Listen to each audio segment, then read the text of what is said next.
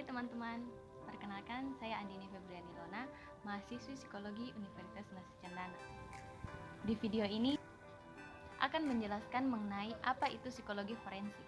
Nah, psikologi forensik didefinisikan sebagai semua bentuk layanan psikologi yang dilakukan dalam hukum.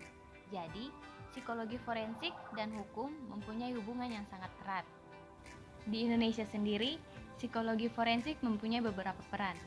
Nah, peran tersebut dibagi lagi menjadi dalam dua bidang, yaitu di bidang hukum dan di bidang kepolisian. Di bidang hukum dibedakan lagi menjadi dua, yaitu individu yang berkecimpung dalam psikologi forensik sebagai profesi dan sebagai ilmuwan. Sebagai profesi, psikolog membantu menyelesaikan permasalahan hukum dengan menggunakan kemampuannya sebagai seorang psikolog profesional. Yang kedua itu sebagai ilmuwan, yaitu melakukan penelitian terkait dengan permasalahan hukum yang muncul.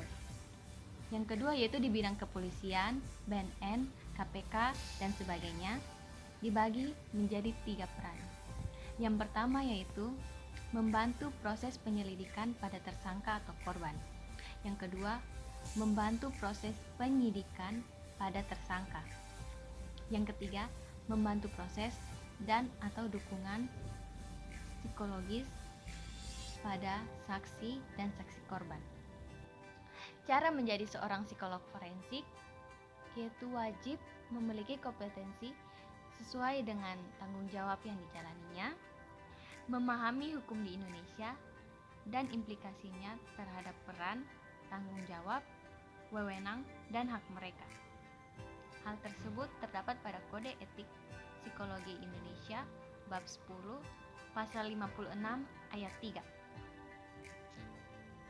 Tugas seorang psikolog forensik yang pertama yaitu dalam proses hukum menginterogasi, melakukan criminal profiling, dan melakukan asesmen tentang kondisi mental pelaku. Yang kedua, melakukan pengalian informasi pada korban. Yang ketiga, melakukan otopsi psikologi.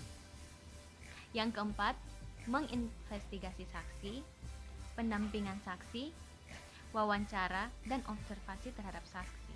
Yang kelima, restrukturisasi kognitif pada rehabilitasi. Yang kedua, proses pengadilan. Dalam proses pengadilan, tugas seorang psikolog forensik yaitu sebagai saksi ahli, memberikan masukan terhadap jawaban-jawaban yang akan diberikan kliennya agar meyakinkan.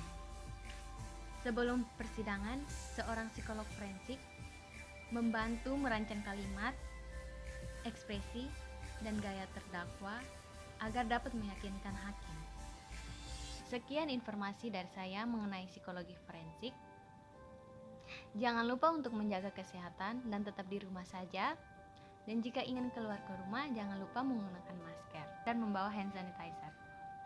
Ingat selalu untuk menjaga kesehatan tubuh dan menjaga kebersihan lingkungan rumah. Terima kasih telah menonton, semoga bermanfaat bagi teman-teman.